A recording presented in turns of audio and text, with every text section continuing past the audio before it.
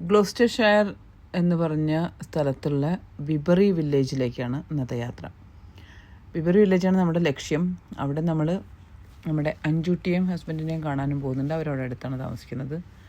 പിന്നെ അവിടെ നിന്ന് വേറെ എവിടേക്കെങ്കിലും പോയിട്ട് വേണം ഞങ്ങൾക്ക് തിരിച്ചു വരാൻ. അത് ഞങ്ങൾ പ്ലാൻ ചെയ്തിട്ടില്ല. ഗ്ലോസ്റ്റർഷയറിലുള്ള വിബറി വില്ലേജ് ഞാൻ പോകുന്നതിന് മുൻപ് ഒരു റീലിലും പിന്നെ ഗൂഗിളിലുമൊക്കെ കണ്ടിട്ട് പ്ലാൻ ചെയ്ത് വെച്ച ഒരു സ്ഥലമാണ്. അധികം സ്ഥലങ്ങളൊന്നും ഞാൻ പ്ലാൻ ചെയ്തിട്ടുണ്ട്. ഈ ഒരു സ്ഥലം ഞാൻ എന്തായാലും കാണണമെന്ന് വിചാരിച്ചിരുന്നു, ഈ വിബറി വില്ലേജ്. അതിൻ്റെ ഫോട്ടോസൊക്കെ കണ്ടപ്പോൾ ആ സ്റ്റോൺ ഹൗസസ് വീടുകളൊക്കെ കണ്ടപ്പോൾ എനിക്ക് എന്തായാലും ഒന്ന് കാണണമെന്ന് തോന്നിയിരുന്നു. അപ്പോൾ അത് കാണാനുള്ള പോക്കാണ്. കാലത്ത് തന്നെ ഞങ്ങൾ പുറപ്പെട്ടു. ബ്രേക്ക്ഫാസ്റ്റൊക്കെ കഴിഞ്ഞിട്ടാണ് ഇറങ്ങിയിരിക്കുന്നത്. അപ്പോൾ നമുക്ക് ലേറ്റായിട്ട് ലഞ്ച് കഴിക്കാം എന്നുള്ളൊരു പ്ലാനാണ് എന്നുള്ളത്. ഹെമൽ ഹെംസ്റ്റഡിൽ നിന്ന് ഹൈവേയിലേക്കുള്ള യാത്ര തന്നെ ഭയങ്കര രസകരമാണ്. രണ്ട് സൈഡിലും നല്ല പച്ച ഹരിതാഭയും ഒക്കെ കണ്ടിട്ടുള്ള യാത്രയാണ്. അത് കുറച്ച് കഴിഞ്ഞാൽ ഇതുപോലെയുള്ള വില്ലേജുകളുടെ സൈഡിലേക്ക് വന്നു കഴിഞ്ഞാൽ പിന്നെ ഇതുപോലെ പഴയ പഴയ വീടുകളും ഒക്കെ കാണാം. കോട്സ്വേൾഡിൽ കൂടെ ഒഴുകുന്ന കോൺ എന്ന് പറഞ്ഞിട്ടുള്ള തേംസിൻ്റെ ഒരു പോഷക നദിയുടെ തീരത്ത് ഉള്ള ഒരു ഗ്രാമപ്രദേശമാണ് ഈ വിബറി. നമ്മളിവിടെ കാണാൻ പോകുന്നത് കുറച്ച് ട്രഡീഷണൽ റൂറൽ വില്ലേജ്, അവിടുത്തെ ടീ ഹൗസസ്, ഹിസ്റ്റോറിക് ബിൽഡിങ്ങുകൾ ഒക്കെയാണ് ഇവിടെ ഉണ്ടാവുക. അപ്പോൾ അവിടെ ഇത് ഇംഗ്ലണ്ടിലുള്ള ഏറ്റവും സുന്ദരമായിട്ടുള്ള വില്ലേജ് എന്നൊക്കെ ആരൊക്കെയോ പറഞ്ഞിട്ടുള്ളൊരു സ്ഥലമാണ്. എനിക്ക് ഗൂഗിളിൽ കണ്ടായിരുന്നു. അതുപോലെ ആർലിംഗ്ടൺ റോ എന്ന് പറയും. അത് ആർക്കിടെക്ചറൽ കൺസർവേഷൻ ഏരിയയാണ്. ഈ ബിൽഡിങ്ങുകളിൽ കോട്സ്വേൾഡിലൊക്കെ സ്റ്റോൺ കോട്ടേജുകളുടെ ആ നിരയാണ് ഈ ആർലിംഗ്ടൺ റോ എന്ന് പറയുന്നത്. അതാണ് മെയിൻ അട്രാക്ഷൻ. പിന്നെ അതിൻ്റെ അടുത്ത് തന്നെയാണ് ഈ റിവർ കോളിൻ്റെ ഒരു ഏരിയ ഉണ്ട്, കുറച്ച് വെള്ളവും ഒക്കെ ആയിട്ട്. പിന്നെ അവിടെ തന്നെ ഒരു ചർച്ചുമുണ്ട്. 14ാം നൂറ്റാണ്ടിൽ ഉള്ള കോട്ടേജുകളാണ് ഇവിടെ ഉള്ളത്. സ്റ്റോൺ കോട്ടേജുകളാണ് ഇവിടെ ഇപ്പോഴും. അവരത് സൂക്ഷിച്ച് അതുപോലെ തന്നെ മെയിൻറ്റെയിൻ ചെയ്ത് വെച്ചിട്ടുണ്ട്.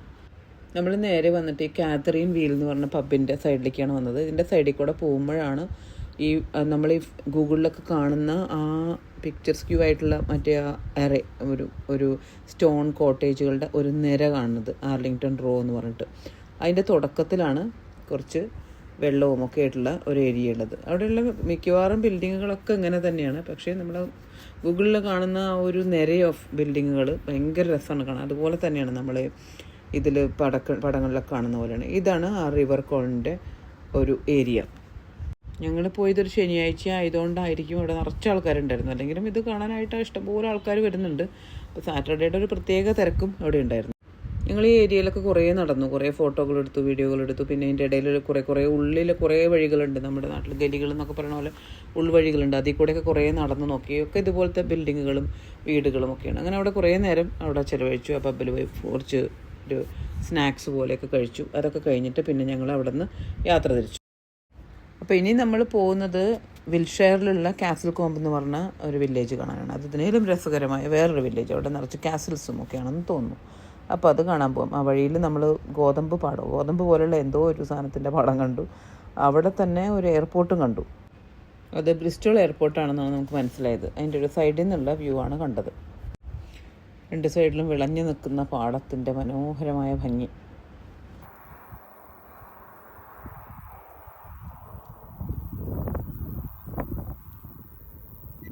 കാസിൽ കോംബിലേക്ക് കടക്കുമ്പോൾ തന്നെ നമുക്ക് മനസ്സിലാവും ഇതൊരു പ്രത്യേക തരം ഗ്രാമമാണെന്ന്. അവിടുത്തെ ബിൽഡിങ്ങുകളുടെയൊക്കെ രൂപം മാറാൻ തുടങ്ങി. അത് ഓരോ വില്ലേജുകളിലേക്കും കടക്കുമ്പോൾ നമുക്ക് മനസ്സിലാവും ഇത് അടുത്ത വില്ലേജ് എത്തി. ഒരു പ്രത്യേക തരം ബിൽഡിങ്ങുകൾ കാണാം. ബിൽഡിംഗ് എന്ന് പറയാൻ പറ്റില്ല, ചെറിയ ചെറിയ വീടുകൾ. ഭയങ്കര രസമാണ് കാണാനായിട്ട്. ഈ കാസിൽ കോംബിൽ മെയിനായിട്ട് കാണാനുള്ളത് ഒരു മാർക്കറ്റ് ക്രോസ് ഉണ്ട്, സെൻറ്റ് ആൻഡ്രൂസ് ചർച്ചുണ്ട്, ബൈബ്രൂക്ക് ബ്രിഡ്ജ്, അതുപോലെ കാസിൽ കോംബ് സർക്യൂട്ട്. ഈ മാർക്കറ്റ് ക്രോസ് എന്ന് പറഞ്ഞാൽ 14ാമത്തെ സെഞ്ച്വറിയിൽ ഉണ്ടാക്കിയ ഒരു വില്ലേജ്. ആ വില്ലേജിൻ്റെ ഹാർട്ടിലുള്ള ഒരു മാർക്കറ്റ് ക്രോസ്, ഒരു മെയിൻ സ്ട്രീറ്റ് മീറ്റ് ചെയ്യുന്ന ഒരു സ്ഥലം, നാലും കൂടിയ മൂല എന്ന് പറയുന്ന പോലെ. സെൻറ്റ് ആൻഡ്രൂസ് ചർച്ച് 15th സെഞ്ച്വറിയിൽ ഉണ്ടാക്കിയൊരു, അവിടെ ഒരു ഫേസ്ലെസ് മെഡീവിയൽ ക്ലോക്കുമുണ്ട്, അവിടെ ടവറും ഉണ്ട് ആ ചർച്ചിന്. ഇത് കുറച്ച് പ്രത്യേകതകളൊക്കെ ഉള്ളൊരു ചർച്ചാണത്. അതുപോലെ തന്നെ ബൈബ്രൂക്ക് ബ്രിഡ്ജ്, അത് നല്ല ഫോട്ടോ എടുക്കാൻ പറ്റിയൊരു സ്പോട്ടാണ്. ഒരു ഹിസ്റ്റോറിക് വീവേഴ്സ് കോട്ടേജുകളും ഒക്കെ ആയിട്ട് നല്ലൊരു പ്ലേസാണ്. നമ്മളിപ്പോൾ ഈ നടക്കുന്നതാണ് മാർക്കറ്റ് ക്രോസ്. നമ്മുടെ നാട്ടിലെ പോലെ തന്നെ ഈ മാർക്കറ്റ് ക്രോസിൻ്റെ അവിടേക്ക് എത്തുന്നതിന് മുമ്പ് തന്നെ റോഡിൽ 2 സൈഡിലും വണ്ടികൾ പാർക്ക് ചെയ്ത് തുടങ്ങി. ഇവിടേക്ക് വണ്ടികൾ എടുത്തു കഴിഞ്ഞാൽ പിന്നെ ഇവിടെ പാർക്ക് ചെയ്യാൻ പറ്റില്ല. ഇവിടെ അങ്ങനെ വണ്ടി ഓടിച്ച് അങ്ങോട്ട് പോകാനേ പറ്റുള്ളൂ. അപ്പോൾ ഞാൻ ദൂരെ നിന്ന് പാർക്ക് ചെയ്തിട്ട് നടന്നു വരെ ചെയ്തത്. ഇവിടേക്ക് ബിൽഡിങ്ങുകളുടെ ആ വീടുകളുടെ ഭംഗിയാണ് അതിൻ്റെ ഒരു മുഖമുദ്ര ഇതൊക്കെ കാണാനുള്ളത്. ഇവിടെയൊക്കെ ഉള്ളത് പബ് റെസ്റ്റോറൻറ്റുകളാണ്. പബ് റെസ്റ്റോറൻറ്റുകൾ നല്ല നല്ല ഫുഡും നല്ല ഡ്രിങ്ക്സും ഒക്കെ കിട്ടുന്ന പബ് റെസ്റ്റോറൻറ്റുകളാണ്. എല്ലാവരും പബ് റെസ്റ്റോറൻറ്റിൽ കയറും. നല്ല വെയിലുണ്ട് ഇവിടെ, നല്ല വെയിൽ, നല്ല സുഖമാണ്. ഈ വെയിലിനൊരു ചൂടൊന്നുമില്ല. ഇതാണ് ചർച്ച്. ഈ ചർച്ചിൻ്റെ ഉള്ളിലൊക്കെ നമ്മൾ പോയിരുന്നു. അതുപോലെ അതിൻ്റെ പുറത്ത് കുറേ ശവകുടീരങ്ങളുണ്ട്. ഒരു സെപ്പറേറ്റ് ആയിട്ട് നമ്മുടെ ഇവിടുത്തെ പോലെ സിമെട്രി ഒന്നുമില്ല. അതിൻ്റെ കൂടെ തന്നെയാണ് ശവകുടീരങ്ങളൊക്കെ അതിൻ്റെ ചുറ്റും. പിന്നെ അവിടെ നിന്ന് നേരെ നടന്നു കഴിഞ്ഞാൽ നേരത്തെ പറഞ്ഞ ബ്രിഡ്ജും കാണും. ഇവിടുത്തെ ഒരു പ്രത്യേകത എന്താണെന്ന് വെച്ചാൽ 1600 കഴിഞ്ഞിട്ട് പണിത ഒറ്റ ബിൽഡിങ് പോലും ഇവിടെ ഇല്ല എന്നുള്ളതാണ്. 1066 തൊട്ട് 1485 വരെയും പണിത വീടുകളാണ്, അല്ലെങ്കിൽ ബിൽഡിങ്ങുകൾ എന്ന് പറയാം, ആണ് അവിടെ ഉള്ളത്. അതിനെ അതേപടി തന്നെ സൂക്ഷിച്ചേക്കാണ്. ഈ അവിടെ കണ്ട പള്ളിയാണെന്ന് വെച്ചാലും അതിൻ്റെ തുടക്കം 13-ാം നൂറ്റാണ്ടിലാണെങ്കിലും അതങ്ങനെ പിന്നെയും വളർന്ന് വന്നു. അത് ഈ പള്ളിയുടെ അവസ്ഥ ഇടയ്ക്ക് ശോചനീയമായതുകൊണ്ട് 1850 അതിൽ പുനർനിർമ്മാണം നടത്തി. പക്ഷേ ആ ചരിത്ര പൈതൃകം സംരക്ഷിച്ചുകൊണ്ടാണ് അവർ ആ പള്ളിയുടെ പണിയൊക്കെ ചെയ്തത്. അവിടെ ഒരു നല്ലൊരു ഹോട്ടലും ഒക്കെ ഉണ്ട്. അവിടെ ഒരു വെഡ്ഡിങ് നടക്കുകയായിരുന്നു നമ്മൾ ചെന്നപ്പം. അതൊക്കെ അതിൻ്റെ അപ്പുറത്തുണ്ട്, അതിൻ്റെ പിൻഭാഗത്തായിട്ട് അതൊക്കെ എല്ലാം ഈ ചരിത്ര പൈതൃകം സംരക്ഷിച്ചുകൊണ്ടുള്ള ഒരു ഇതാണ്. നമുക്ക് ആ ഹോട്ടലിൻ്റെ അവിടേക്കൊന്നും പോകാൻ പറ്റില്ല, കാരണം അവിടെ ക്ലോസ് ചെയ്തിട്ടൊക്കെ ആയിരുന്നു ഒരു മാരേജ് ഫംഗ്ഷൻ നടക്കുന്നതുകൊണ്ട്. നമ്മൾ ഈ നടക്കുന്ന ഏരിയയിലൊക്കെ ഈ പഴയ ബിൽഡിങ്ങുകൾ മാത്രമേ ഉള്ളൂ, പഴയ കെട്ടിടങ്ങൾ. ഇപ്പം നമ്മൾ സെൻട്രൽ ലണ്ടനിലേക്ക് വന്നു, നമ്മൾ ഭക്ഷണം കഴിക്കാനായിട്ട്. അതുപോലെ ഹെമൽ ഹെംസ്റ്റഡിലേക്ക് തിരിച്ചു പോകാനായിട്ട് നമ്മൾ സെൻട്രൽ ലണ്ടൻ വഴിയാണ് പോകുന്നത്, അത് ടൗൺ വഴിയാണ് പോകുന്നത്.